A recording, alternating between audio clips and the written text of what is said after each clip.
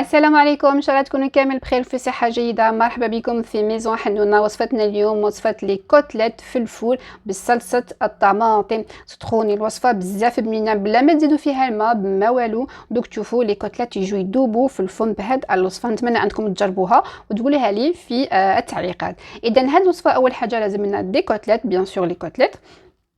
ودونك غادي نجيبو ان بلا لي ندخلوه الفرن. غادي ندهنوه بشويه تاع زبده، نحط لي كوتلات نتاعي كما راكم تشوفوا هنايا في الصوره.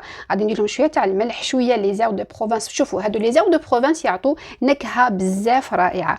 دونك غادي كما راكم تشوفوا نحاول اني ندخل الملح ولي زاو دو بروفانس في لي كوتلات نتاعي كما راكم تشوفوا مليح حتى نكمل كاع الكميه نتاعي نتاع لي كوتلات. ومن بعد نجيب ورقه طهي غادي نغطيها، ونعاودوا ورق الالومنيوم نغطيهم وندخلهم للفرن على 220 درجه. نخليهم حتى اللي يطيبوا كليا، حتى يطيبوا نيشان، ما زدت لا ما لا والو. غادي نروحهم غادي يطلقوا لنا الماء. ودوك تشوفوا غادي تجي وصفه بزاف رائعه.